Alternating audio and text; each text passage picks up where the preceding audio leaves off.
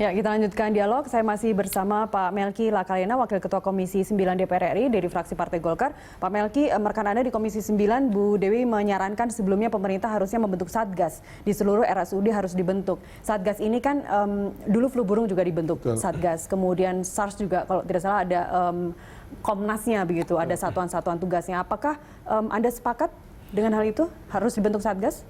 Kan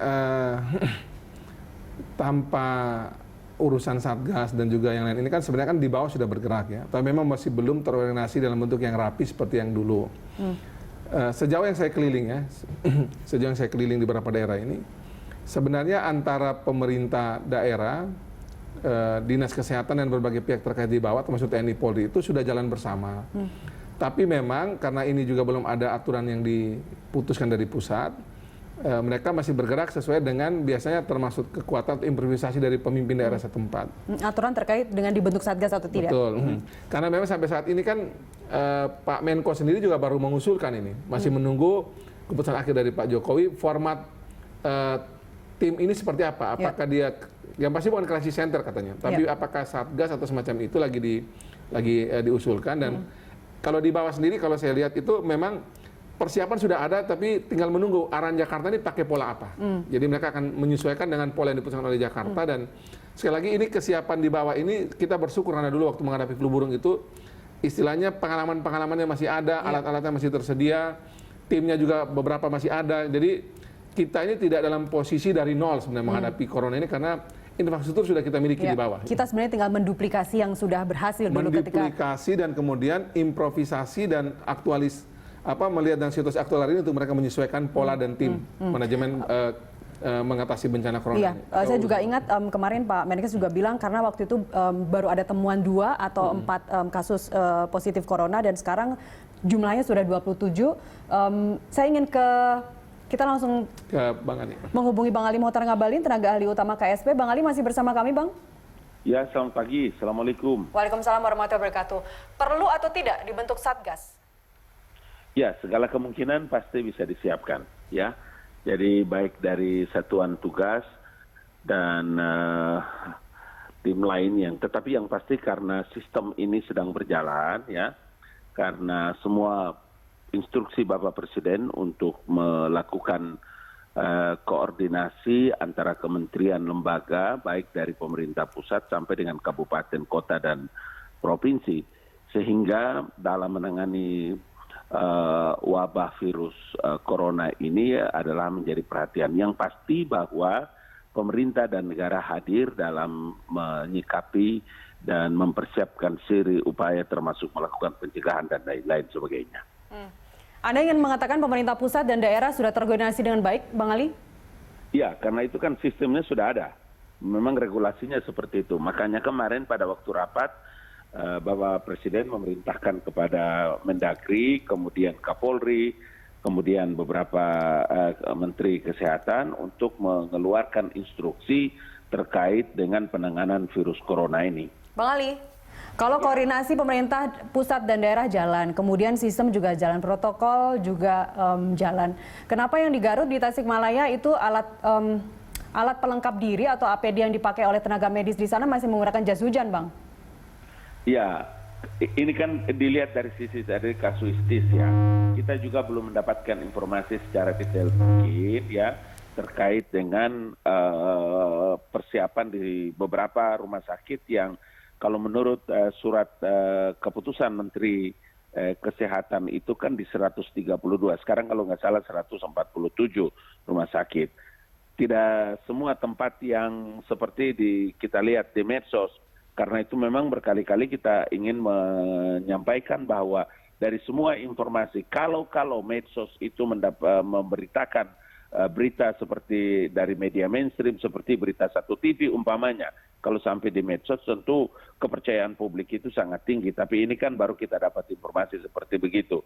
Yang pasti bahwa di Jawa Barat sampai hari ini, kemarin sudah ada perintah dari Menteri dan Bapak Gubernur untuk bisa langsung ke lokasi yang tadi disampaikan. Baik. Saya ingin Pak Melki, Komisi 9 ini ranah Anda Pak Melki. Ada rumah sakit di Garut, di Tasikmalaya, alat pelindung dirinya, APD-nya tenaga medis menggunakan jas hujan. Ya, memang harus diakui ya, karena APD ini kan memang harus punya spesifikasi khusus ya.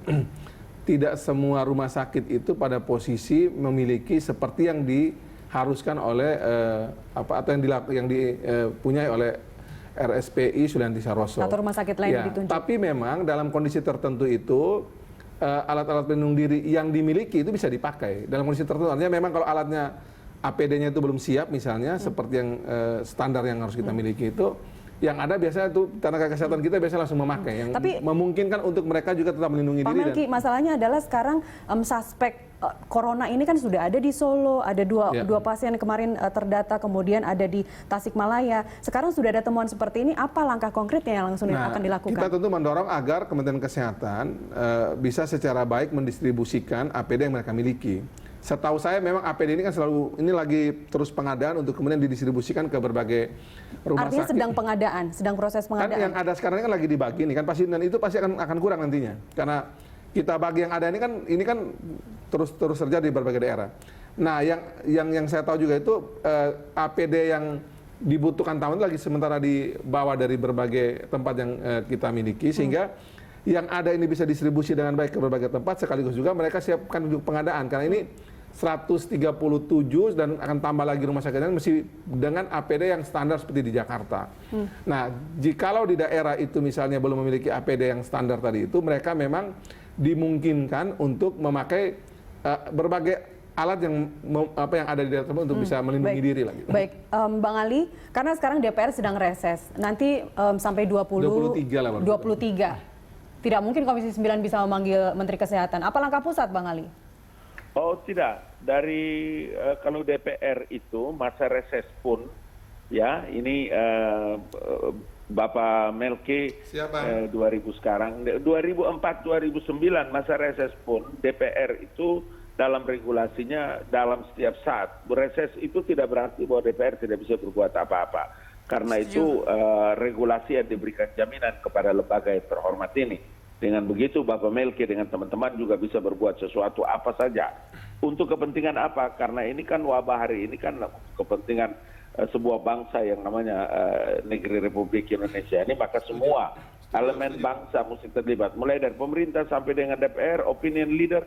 Itu sebabnya kemarin Bapak Presiden mengatakan bahwa negara hadir dan akses kelembagaan ada, regulasi ada, anggaran ada, tetapi harus di backup oleh seluruh pemangku kepentingan kuasa negara untuk bisa memberikan perlindungan kepada bangsa dan rakyat Indonesia. Ya, setuju. Jadi saya kira benar yang disampaikan oleh Pak Ali Mokhtar Ngabalin. Memang kami sendiri juga merasa tidak terlalu perlu hari ini untuk memanggil Kemenkes dan sebagainya.